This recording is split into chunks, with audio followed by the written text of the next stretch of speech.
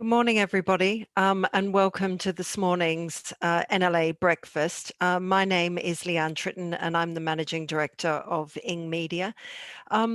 We have quite an extraordinary panel for you this morning to talk about an incredibly serious issue. And I thought about this over the last couple of days. You know, normally I sort of tweet about how delighted I am to be chairing a panel on a particular subject, but I have to say I'm not really delighted about this one. I'm of an age where violence against women in public spaces has become so normalized that it hasn't been sorted for decades, and it's been something that's been ongoing. So I hope this morning's discussion helps us take a few steps forward. You know, I think all the people who are on this call this morning are pretty aware of the statistics, and apparently 71% of all women or those who present as women have experienced some sort of violence against them in a public space, and that's just not good enough. And we have a part to play in as professionals in the built environment, and that's what we're here to explore this morning. How can our sector, how can the role of the built environment professional improve the situation, not only for women, but for all people who feel vulnerable in our public spaces? We've had a couple of very high profile cases in the last couple of years that have really captured, I think, the public's attention and given us an opportunity to look at how we move forward and take positive steps. Tragically, you know, the murder of Bibba Henry and Nicole Smallman in Wembley was just one of those examples. And of course, Sarah Everard earlier this year. So what I'd like to do today is we're going to start off with first of all, a presentation from Amy Lame, who is very well known as the Mayor's Night Tsar. But also, before we do that, just a bit of housekeeping. First of all, a huge thanks to Argent, who are the program champions for this session. But also, in terms of all of you, I know you'll have questions. Please use the Q&A button, at the bottom of the screen, and we'll be collating all of the questions and trying to put them into sort of bite-sized chunks for the speakers. But to start with, I'm going to go to Amy Lame, who, as I say, is well known to all of us, and it's a delight to see you so early in the morning, considering you're in charge of night. I don't know how that works for you, but over to you, Amy. Thank you, Leanne. And yeah, I have to say it is rather early for a night tsar, but I've got my caffeine, so I'm good to go. It's a pleasure to be with you here today. As Leanne says, my name is Amy Lame. I'm the Night Tsar of London.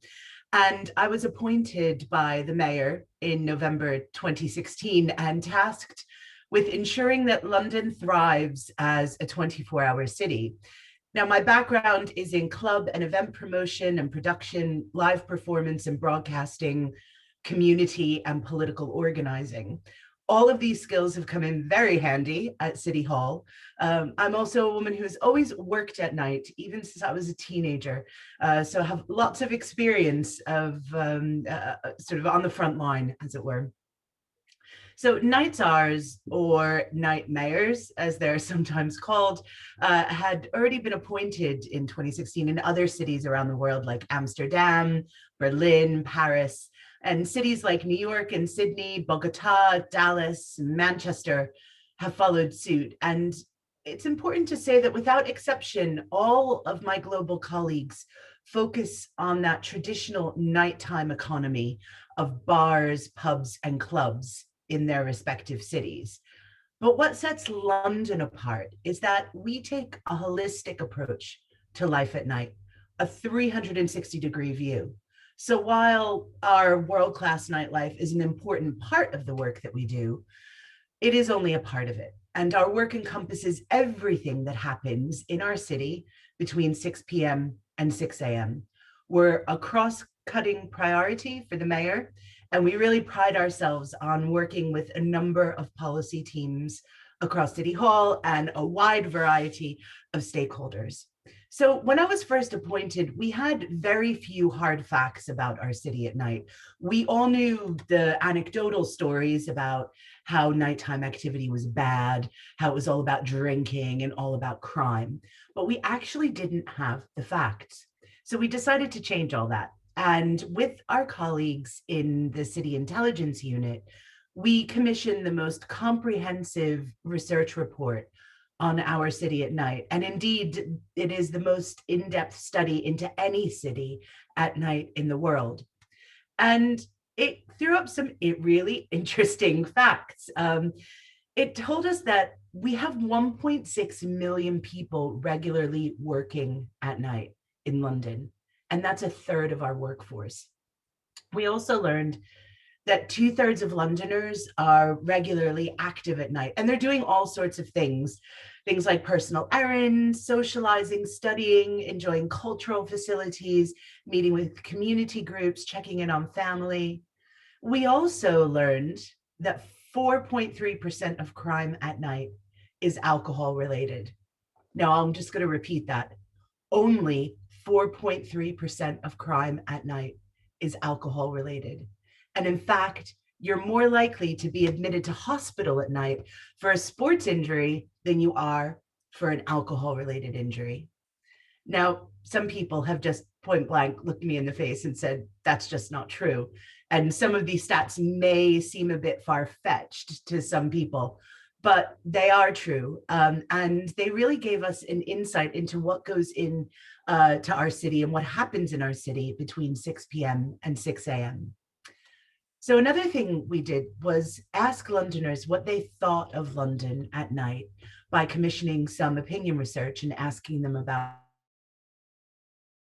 their perceptions. Now, from our data research showed that a large proportion of women didn't feel safe at night.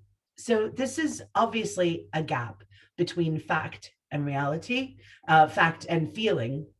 And this was obviously a concern for both myself and for the mayor. So he asked me to look into the issue, and this led to the launch of the Women's Night Safety Charter. So if I could have the next slide, please, while I take a sip of coffee. Great. Now, this work on the Women's Night Safety Charter began back in 2017. And we wanted to create an initiative that people could get behind to show their commitment to women's safety that wasn't overly onerous to implement and that ultimately helped women feel that they were safe at night. So we started out with a small group of colleagues from across the GLA family, that's the Greater London Authority family, from the 24-hour London team, from MOPAC, which stands for the Mayor's Office for Policing and Crime. And also we had transport colleagues in there. So we've since started working with Regeneration and also with Transport for London. Now, we held an event at City Hall to discuss this issue further with a range of stakeholders, and that led to the suggestions and the development of the charter. Now, violence against women and girls is a policing issue, and the charter sits within the mayor's Ending Violence Against Women and Girls strategy, and which is led by MOPAC, the Mayor's Office for Policing and Crime. But this is really a cross-policy piece of work. We also registered with the UN Women Safer Cities and Safe Public Spaces Global Initiative, making the charter part of our commitment to that program. So if I could have the next slide, please. So what do you have to do to sign up to the charter? And I hope you're all thinking, how can I sign up? Well, as I said, we wanted to make it as simple as possible. So we came up with 7 simple pledges, which you can see on the screen right now. And the first is to nominate a champion within your organization or business who could drive this agenda within your organization and make the case internally for promoting women's safety at night. The other pledges fall into 3 broad headings of communications, training, and design. So a communications campaign, for example, could help to let staff and customers know about your commitment to women's safety at night. a communications campaign to let people know what to do if they see or experience harassment, and also encourage people to report these kinds of incidents, and most importantly, how to do it. So training for staff, for example, will not only give them the tools they need to deal with a report of harassment or sexual violence, but also gives confidence to those that are reporting incidents that they're being taken seriously. The design and layout of a building or piece of public realm can also make a real difference in supporting safety at night for women. And while retrofitting a well-established venue may present some challenges, there may be some simple adaptations, including changing lighting or rearranging the layout, that could help. And this really is where you come in. And I'd like to set a challenge to those on the call today. How can architects, designers, developers, and planners, what can you do to include a gender lens into your projects and ensure that women feel safe at night? We really do need you to think about these issues before you put pen to paper, or indeed mouse to screen, as you're drawing up your designs. So next slide, please. So who's the charter for? As I said at the start, my job is to take a holistic view of London, and this is equally true when looking at the Women's Night Safety Charter, especially as we know that women are doing so many different types of activities in a host of different locations across the city. So we want any venue that operates between 6 p.m. and 6 a.m. and has women as customers or staff to sign up. Now, you'll realize that's a hefty chunk of businesses and organizations. We also want any organization that provides a service for women at night, or an organization that manages the public realm where women might be. So on screen, you can see some logos of some of the over 560 venues and organizations that we already have signed up to the charter. Some might be pretty recognizable. We also have a host of organizations of all shapes and sizes that are signed up, including independent bars and pubs, hotels, local authorities, business improvement districts, trade associations.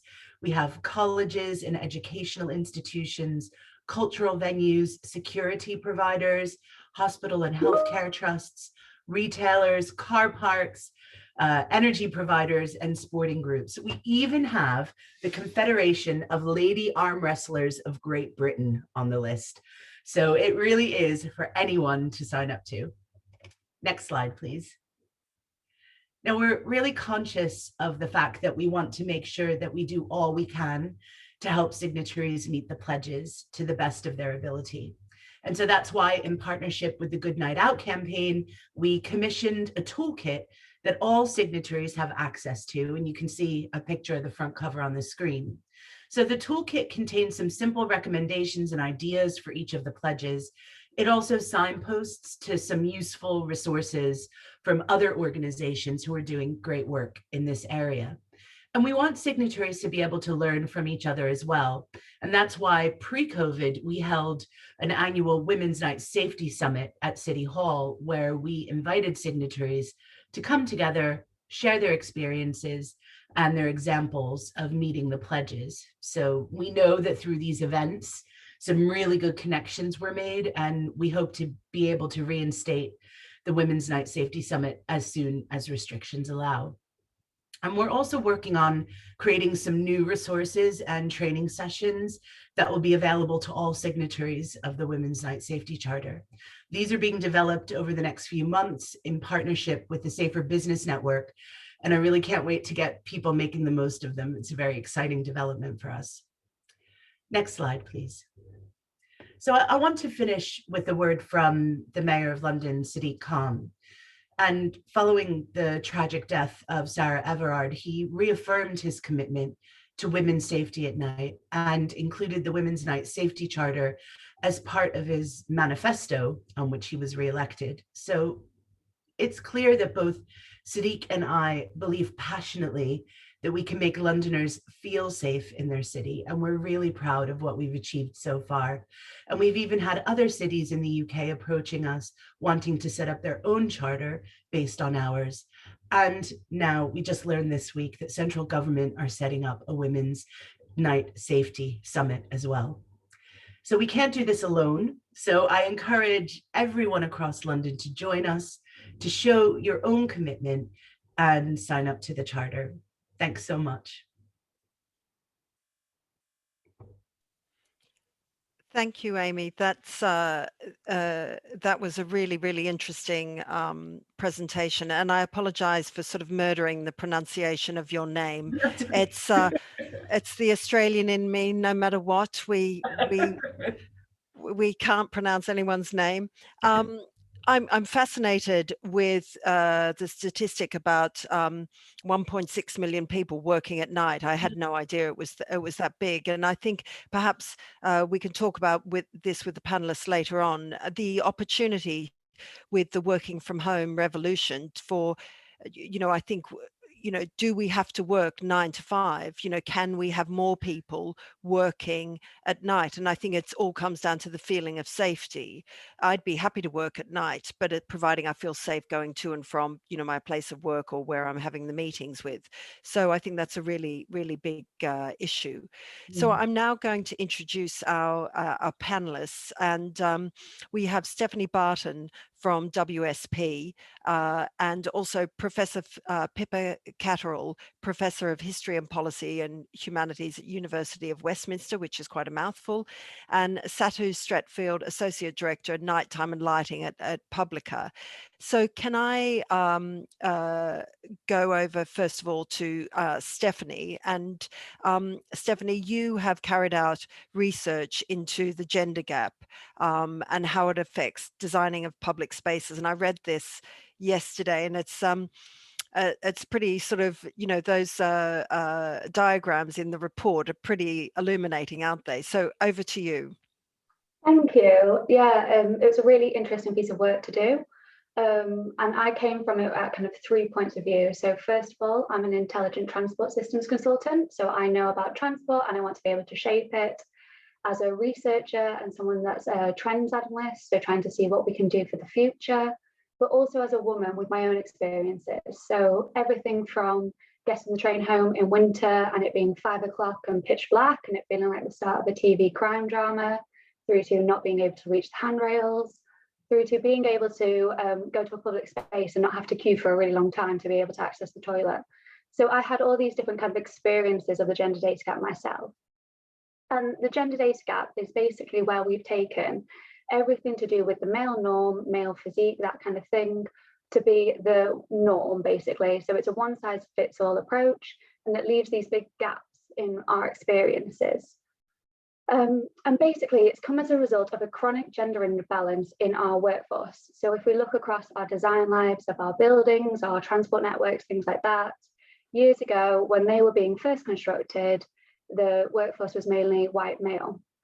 Unfortunately, it hasn't changed that much recently. So we've still only got 29% of architects on the register that are women, and only 13% of engineers are women. So we've still got a long way to go to bring that diversity in thought, and be able to spot those blind spots that we're currently missing at the moment.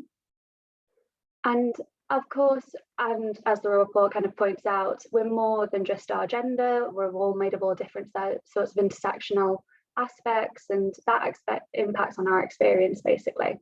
So when we've looked in the report, we've focused on gender just because it provides a common experience and we've got data to back that up. So as a woman, for example, you're more likely to do 10 hours more unpaid work. So unpaid work is everything from cooking and cleaning to shopping, kind of household chores, those kind of things.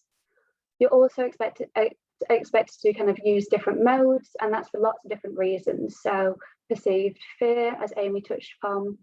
And within our report, we surveyed a lot of individuals, and we found that 50% of women had changed their route due to whether it was lit or not. It's also to do with access, affordability, but also care. So if you have a child aged under 14, as a woman, you're likely to make 23% more trips than you would previously.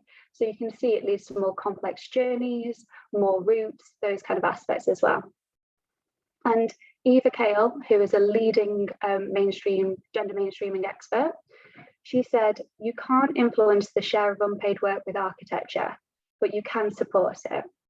And what she means by that is we can make it easier, we can make it better, so people can spend less time, traveling between these places, less time on unpaid work, but also looking to the future and thinking of our future trends. We hope there'll be a better split across this, and by making it easier, it'll benefit everyone. So what kind of solutions can we do to help this? It's things like complete neighborhoods. So complete neighborhoods means that you've got everything you want to access within a 15 to 20 minute walk of yourself. So, you've near childcare, schools, shops, all those things are close to home, so you can walk to them, and that reduces the impact on your time and your daily life. Other things we can do, so I think we'll touch on it probably as we get into the panel a little bit more, but things like wider walkways, moving bus stops if they're in busy locations, lighting things so people feel safer, and there's more within my report as well if you'd like to give that a read. And when we talk about these things as well, what we really want to highlight is by designing for women, we actually design a better benefit for everyone. If we design a space to feel more safe, it feels safer for everyone. So these are providing wider benefits. Did you know that in Gothenburg, they saved 110 million Swedish krona, which is 9 million British pounds, by redesigning parks with gender mainstreaming principles? So what they did is they've noticed there was a massive decline in girls over the age of 9 taking place in parks. And so they got some girls together, they asked them why this was, and they looked into it, and they redesigned a number of parks with this in mind. And what they did was they changed the number of paths, the number of entry points, they changed the type of green spaces, they provided benches, and also alternative sports, so things like volleyball instead, which was popular with the girls. And by doing this, this improved not only their mental health, but also their physical health, which led in turn to, so by having better physical health, they improved their bone density, which reduced the risk of osteoporosis. And in turn, that meant that there was less fractures happening. So 3/4 of all fractures were actually women. And that's how they managed to make this massive saving in terms of changing the park design, actually change the health of the individual. And that's one of the really important things we want to highlight. We want to use these kind of human factor elements of how we can change people's behaviour to provide these wider benefits to all. And how can we do that? Well, first of all, we need to educate ourselves. We need to do things like Amy's doing with providing more data into why people behave the way they do, and more sex disaggregated data as well. We then need to engage with the individuals and ask them themselves, what should we do? And then finally, we need to design differently to be thinking about these. But all of this we kind of touched upon within my report, and it'd be great to kind of discuss further in the panel as well. Great, thank you very much, Stephanie. And that case study from Gothenburg is quite amazing. Again, sort of one to file in your head for the discussion is about detail. I think a lot of what you're talking about, women need attention to detail on things like doors that can open if you've got a pram and you need to get inside fairly quickly, and these things are still not being dealt with. And it would be great to come up with a way at the end of this chat of how we move those things forward, and understand why people are still not taking enough care and attention on that. But I'm going to go now to Pippa Catterall, who has written or co-authored the report with Arup on queering public spaces. So, this subject is not just for women, it's right across the board. So Pippa, can you tell us a little bit more about your report and actually perhaps some of the reaction to it, because I know that it's been quite newsworthy. Thank you very much, Leanne. I've got two things which follow on from what Stephanie's just been talking about. One is that, as she so rightly said, good design is not just for women. It's more inclusive design will be good for everyone, will be better for everyone, and will be cost effective for everyone. The second opening thought I've got is that it's now 40 years since Dolores Hayden wrote the article, "What would a sexist, non-sexist city be like?" And we're still talking about it. And that's actually quite shocking that it's taken 40 years to get some of these interventions starting to occur. In my remarks, I don't really want to talk too much about the Queering Public Space report. You can all read it. But I want to talk about some ideas which riff off that and which I hope speak particularly to the subject we're addressing this morning. So I've got 5 issues which I'm going to try and cover in 5 minutes. The first of these is, let's think about impact assessments. So when we do a redesign of a major piece of infrastructure, do we ever think about the impact that has upon the users? How that changes the interaction of users who are traversing that space? And I'm just thinking of London Bridge, partly because I go through it almost every day. And you have a major redesign there, which has, in my mind, made it feel safer. But I can't find any statistics on that. Has anyone actually gone back and asked questions about, have we seen a reduction in hate crimes? Have we seen a reduction in gender-based violence in this space? And if so, does that tell us something about some of the design factors that Stephanie was talking about? The second thing is that I was in a seminar run by Commonplace yesterday, and they showed this heat map of Lambeth, which they did after the murder of Sarah Everard. And what they were doing there was getting women to pinpoint places where they felt safe or where they didn't feel safe. And that could be used to inform the kind of design work that Stephanie is doing. It could be used to inform the kind of work that Amy's doing, so that you can get this localized concentration of a sense of why this is happening. And this has been used all over the world. It's been used in Delhi, for instance. A colleague of mine in Sydney has used it in her work in Melbourne and Sydney, looking at women's lack of safety in those spaces. And I quote from her report: "Crowded spaces, such as the tube, unpredictable people, and the risk of assault or harassment can make the urban environment an intimidating and dangerous place for some, especially after dark. Because experiences of feeling unsafe and unwelcome often go unreported, they aren't captured in the data sets," which is why Amy had to commission special data sets that city designers and policymakers use when shaping urban environments. One of the things which struck HOA was that 30% of the young women they surveyed said that they did not feel safe in their cities, which is actually lower than in the UK, but she thought that was totally unacceptable. And it was due to experiences from unwanted attention, catcalling and being followed, to incidents of physical and sexual assaults. We also know, and it's really important to bear this in mind, that the impact of these incidents go far beyond the immediate victim. They impact upon all women as a result of that, because it's existential. So one question this is my third point, one question researchers often don't seem to ask is, why this violence? We've been talking about how women can make things safer for women so far. What about talking about how we desist those who perpetrate that violence in the first place, and what triggers it? Much research on gender-based violence is about what happens in domestic settings, which has limited applicability to understanding safety in public space. And much of what remains focuses upon the victims. To reach for explanations such as toxic masculinity seems far too glib and doesn't really capture the dynamics of some of the gender-based violence I myself have witnessed, including the problem of people being bystanders rather than upstanders. And that, I think, is a really important point to pick up on. My fourth point, therefore, is some spaces can be perceived as particularly unsafe. Crowded public transport, and Stephanie touched on this, is one wherein sexual harassment can be all too pervasive. Then there's the so-called last mile problem of getting from your station to your home. So my final point is, what can we do about this?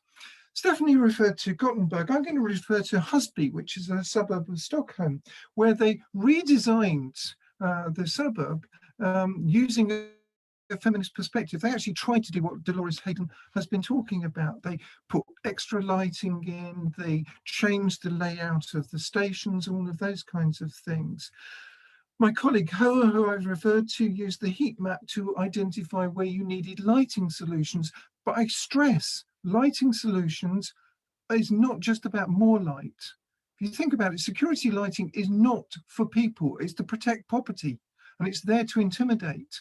So it's the quality of the lighting, the positioning of the lighting, which really matters. And we also need to think about, how do we desist gender-based violence and hate crime?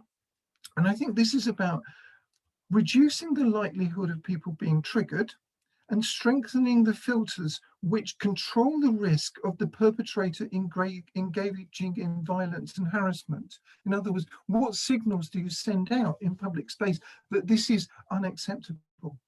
And this involves everything from usualizing, and doing this for all kinds of groups, utilizing the idea that women are in these spaces, as Stephanie was talking about, to getting away from the expectation that your peer group will actually approve of your actions.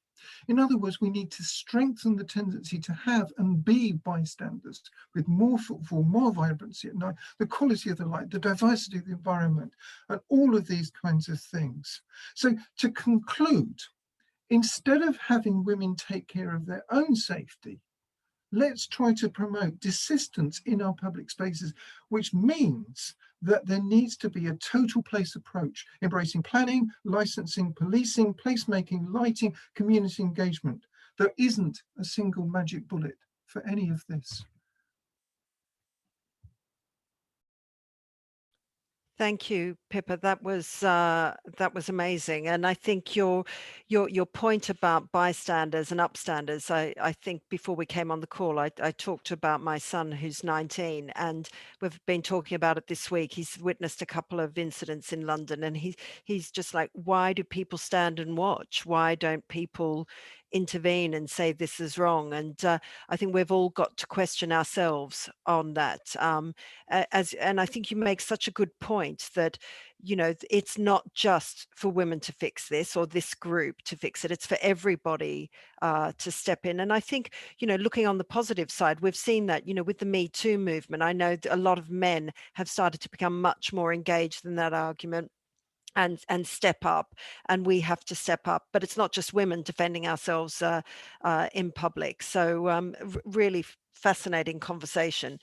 I'm going to go now to Satu, who I think you're an expert on nighttime and lighting, Satu. So I'm interested in your perspective. Thank you, and thanks Pippa and Stephanie and Amy for your great intros. And I think it's interesting, actually, you know, Stephanie, particularly what you were saying about kind of looking at through the lens of, you know, being a sort of woman designing space, and Amy, the kind of great sort of data and sort of research that you referred to that the GLA looked at in London at night identified that, you know, the kind of three groups that feel least safe in London at night are those from low-income households, people with disabilities, and women. And I kind of wonder how well represented those three groups are within the kind of architecture and design industries. I suspect sort of not nearly as well as they should be. And I think that will come on to sort of the idea of kind of collaborative and sort of evidence-based design that I'm sure we'll sort of talk about later and that people have already touched upon. But as you say, my kind of focus is on, well, sort of background in lighting, but kind of more recently looking actually at nighttime more holistically and sort of realizing that, you know, lighting is never the sort of one kind of thing that can fix sort of perceptions of safety or sort of actual safety within public spaces, particularly at night, and that it's a kind of much more complex picture of which, you know, lighting plays a really critical role, but there are other sort of factors as well that come into place, both sort of design and in terms of the kind of uses of the space and perceptions of the space and the way that they're looked after. But obviously one of the reasons that I do kind of love working with light is that it can be genuinely sort of transformative. And when you look at the sort of, you know, the image and experience of cities at night, it really is this kind of amazing collage of sort of light from different characters. You've got kind of public light sources and private light sources all sort of creating your experience of the city at night. And in some ways it's always been a little bit of a kind of free-for-all. You know, when you think about the way that we design cities during the daytime, there's a kind of whole sort of history of sort of looking at legibility and intuitive wayfinding, you know, back to Jane Jacobs talking about the importance of the street corner as a kind of real natural meeting space and a sort of really key component in your mental maps. And yet somehow kind of during the nighttime, those things can often be overlooked, or they sort of disappear. But things like, you know, London's kind of corner pubs and sort of corner shops are, you know, really great examples, I think, of sort of nighttime kind of version of those things that Jane Jacobs and William Hollywhite and all those people sort of spoke about in the 60s. So obviously kind of light plays a really, really critical role in sort of making spaces feel kind of welcoming and accessible. You know, making sure that you can kind of understand the sort of space around you and that you can intuitively find your way to where you want to go without having to kind of get out your phone all the time and sort of try and find out where you're going and kind of be constantly distracted, but you feel just comfortable in that space at night. You know, I often kind of like getting lost in cities during the daytime, but, you know, when you get lost in a city during the nighttime, actually, that can start to feel a little bit sort of insecure and unsafe. And sort of, you know, public realm design and lighting can play a really, really important role in just kind of making that actually a sort of natural thing to be able to kind of find your way around. And another kind of a thing that I sort of find really sort of good about kind of collaborative sort of design of public spaces at night is that, you know, light is this quite unruly kind of disobedient medium that sort of spills over boundaries. You know, it doesn't sort of obey boundaries at all. So it spills from street lights through people's windows and from kind of shop windows out into the public realm.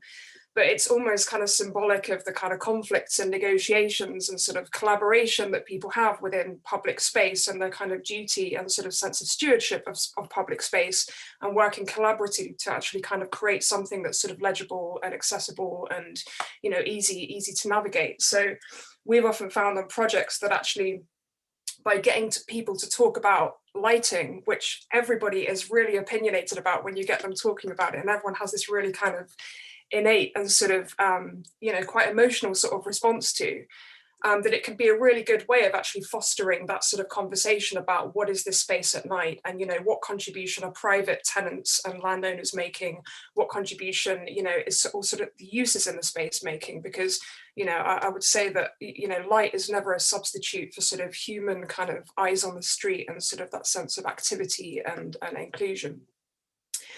And I guess, you know, finally, just light can become a really sort of useful catalyst for reimagining spaces. So there's been really great examples kind of in London and sort of abroad of events that happen at night in spaces that are perceived to be quite unsafe, that are perceived to be dark and underused. So there are examples in kind of Newham, for example, where there were, you know, spaces that kind of were really sort of no-go areas at night. And actually by kind of occupying those with sort of family-friendly activities, getting people dancing in the space and kind of light art events, that actually it was a way of people being able to say, well, actually I feel safe being in this place and I'm kind of reclaiming this space at night and I have every right to kind of be here as much as anybody else. And it's a really good, useful way of getting people to sort of reimagine what those spaces could be rather than kind of no-go sort of dangerous areas. And yeah, I guess the final point is probably like Pippa, you sort of touched on as well, which is, you know, I think I and probably a lot of lighting designers get quite nervous when people talk about sort of light as a sort of solution to safety issues. Absolutely, it plays a really important role, but there's kind of nothing that says, you know, this is a really dangerous kind of space that's got lots of antisocial behavior issues than like whacking a couple of really bright floodlights onto a facade and lighting it like a prison yard. You know, that doesn't make anyone feel particularly sort of welcome or doesn't make the space feel particularly kind of, you know, safe at all. So, you know, these kind of quick fix solutions and effectively sort of hostile design solutions are never really the right approach. But yeah, let's continue the conversation. Thank you. That was, again, absolutely brilliant. I mean, this is a discussion that could go on for hours, so I'm going to try and keep it sort of focused sort of on the built environment. And there is someone who's raised a question on the chat, which I think is really powerful, because all of us have talked about, you know, a holistic approach. We all know that, and we all talk about holistic approaches all the time, but it doesn't happen. So, you know, there is the secured by design design charter, which, as someone has said, that they definitely work towards and advise architects and developers. It's CAS, but a lot of councils won't engage and won't make sure that their meetings secured by design. So I'm just wondering if anyone's got any experience on that, or, because it's all fairly straightforward, isn't it? We know what needs to happen, but things are not linking up. So has anyone got any experience of why councils and local authorities are not engaging in this regard? Yes, Amy. Yeah, so not as to why they're not engaging, but actually why they are. And I've got a positive example of Camden Council. Now, this is a security by design sort of retrofit, and it's actually in the estate where I live in Camden. And a group of from the Tenants and Residents Association got together, and in order to make the estate feel safer, we worked with the council to get the police to come and do a secure by design audit of the estate. And they produced this incredible document that is very detailed. And so now with the Tenants and Residents Association, we are going forward to implement those recommendations. And so, I don't have negative examples, but I can say, from my own personal experience, Camden Council has been excellent on this. So I don't know if anyone else has any other experiences, but it certainly has. Even just having the conversation has made everyone on the estate feel much more engaged and feel safer, and more people are kind of watching out and looking out for antisocial behavior. We get quite a lot of it. We're just placed in between two mainline rail stations, so you can imagine. So yeah, anyway, just thought I'd throw that in. Yeah, no, I think that's an excellent example. And I think maybe at the next, the conference you were talking about that's coming up, I think that, sharing those good case studies is so important, because I think to a degree, and we deal with a lot of people right across the built environment, but it's like another thing they've got to look after. They don't know how to do it. They don't know how to fix this massive problem. So it just gets shoved away. So I think if you can show positive steps, I think that's very important. I'm going to go to also Stephanie, and perhaps Satu, you might have some views on this, and that's about maintenance. Because I think that we start off with good intentions, and maintenance can have such a massive impact on how we view spaces. And there's a new space that has been put in Shoreditch near our office, which looked amazing. And I thought to myself, wow, that's really pretty and it looks nice. And I didn't think about it being safe. I just thought a nice place to go and sit and walk the dog and everything. And I went there yesterday, and it's all overgrown. None of the plants have been tended. It's been taken over by weeds, and there's lots of builders sitting around, and there's nothing wrong with builders. I really like builders, by the way, but it doesn't feel like a place for me anymore. And I'm just wondering about maintenance and how that gets factored into your proposals to keep space looking safe, I guess. No, and I think it's a really good point to touch on, because that was one of the things that in the research for my paper, we found a lot that women's perception of a space is based on that much more than a man's perception would be. So we're more likely to, because we're kind of on this high alert, we've got our, we're constantly doing risk assessments of our safety, more so than would say males do, or kind of other people. But it means that we have these kind of things that will trigger us. Like you say, an overgrown hedge, oh, someone could be hiding behind that. I'm more likely to not walk past that. And maintenance is a really key area. And one thing that we did find within, so actually it was the Department for Transport found that if you improve your security in an area, you install CCTV, lighting, things like that, actually the maintenance of an area goes down, because you get less antisocial behavior, you get less graffiti, you get less things that you're going to have to go in and correct. Obviously with things like areas overgrowing and spaces no longer becoming, what they were, is obviously a challenge we have to face. One of the things that I would probably maybe recommend is there a community group you could get involved? Could you say, get some people that own that garden, and then they become part of maintaining it because it's their space and they own it and they want it to feel like a nice place to sit. And so maybe it's because this area has just been left to go wild, it kind of then becomes not owned by anyone, and basically people just avoid it, which seems like a bit of a shame, really. But yeah, that's... Yeah, I mean, I would agree with that, and I think really important, and something that we try and do on all our projects, is to kind of make sure that actually right at the beginning of the project, even if it's, in terms of trying to get funding for the project and identifying what needs to happen, to get the kind of stakeholders involved, to get the kind of, the tenants and the landowners that are overlooking that space involved in the design and the kind of briefing for the project right from the outset. So it's not a case of like, oh, we've designed this, oh, by the way, can you guys like trim the hedges, every few months, but kind of get them involved right from the beginning. So actually they feel a kind of sense of, they know from the start actually that there is a requirement for maintenance, and things shouldn't really be sort of put in unless there's a really good maintenance plan in place and an idea of how that's going to be funded, whether that's working with local businesses, business improvement district, extra kind of funding for sort of council, council workers to help out with that. But yeah, I think absolutely fundamental right from the start of a project to build that in, because you're right, it's all very well things looking fantastic, and the kind of beautiful shots of the screen that sort of get shared on social media on day one, and then a month later half of the lights have packed up and everything's overgrown. Yeah, absolutely. Pippa, did you want to say something on that? It's not just councils. If you're going to talk about secure by design, you also need to pay attention to housing associations, because so many local authority estates have now been handed over to registered social landlords. So you have to engage with them as well if you're going to do this kind of thing.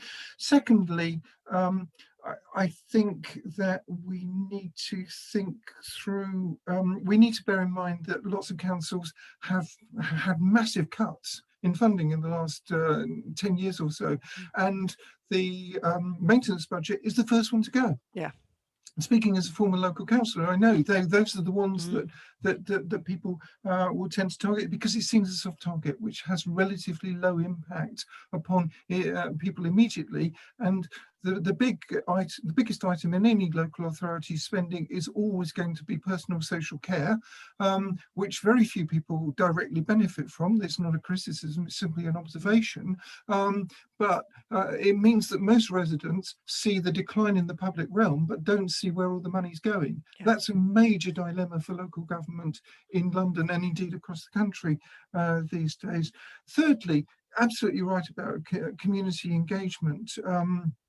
I think you can do wilding, so and that can be done quite well actually, and there's lots of examples of that. You can get local bodies involved. I've been working with the Heritage of London Trust recently, doing projects around getting young people to engage in local spaces and feeling proud of those local spaces, because in the end, if it's not your heritage, you're not going to care for it. So it is partly about civic engagement as well. And the problem is you have so much public realm which is not, where you do not have the funding to actually maintain it effectively. So we need to try and think of different solutions, which might involve going back to things like total place. In other cities in the UK, you've had more total place solutions where you've actually vied across from fire budgets into housing budgets and so on, to make sure that you're actually addressing all of these items as effectively as possible. And we probably need to be doing some more lateral thinking like that in London. Yeah, absolutely. Absolutely. Now, I'm going to go to an issue that's a couple of people have raised on the Q&A, and that's about the role of men. And as Stephanie's report and WSP's report has highlighted, most of the design community and the planning community, or not so much planning, but actually the people with the development community are male. That's not going to change overnight. I know we're making good steps. So we are where we are. How do we engage with men? How do we make them see it as their problem, and not live in our own bubble? I'm interested in anyone can step into this. You know, how do we make this a male problem? I'll step in. So I think, first of all, when kind of doing research for this event, I did find a really positive statistic that the under 30 architects is actually 50-50 split in gender. And then looking across to kind of things within WSP internally, I know that our graduate intake and our apprentice intake has been a much better gender split than it has been in previous years. So I do think we are starting to see that change, and that can only happen through engaging through STEM events, getting people in schools to understand that being an engineer, being a town planner, doing these aspects of design actually are careers and vocations that women will enjoy as much as men do. So I think that's one of the really key aspects. I think another is to make sure it's that engagement, it's getting that diversity in teams, it's wanting people to, if your design team doesn't look like the current population or the population of where you're designing, you need to engage with those people and make sure they have a voice and a seat at the table. And I think things like human-centered design and other kind of design principles are really bringing this to the fore and making it a lot more clear. And I think the other thing just to touch on as well is that the evidence is starting to come through that more diverse teams perform better. So if you've got more women in senior roles in teams, you're 29% more likely to outperform in your profit margins. Also, your teams are more likely to be sensitive to each other, listen to each other's ideas, and all this evidence is starting to come through. And so I think engineers like to look at facts, and when the facts are stating diversity is the best way to design and build, then you've got to follow the facts. Mm-hmm. Excellent. Can I jump in as well, Leanne? Yeah. So, I mean, when you've got more diversity, you also get more ideas because you've got more inputs. My 2 cents on this is that when Sarah Everard was killed, one of the things which really disappointed me and upset me was seeing my male students sharing things like "not all men," which is such, to put it mildly, is such a cop-out. And is totally unhelpful. And I come back to this point about being upstanders, not bystanders. Within universities, we have training programs to tackle this, like Green Dot and so on.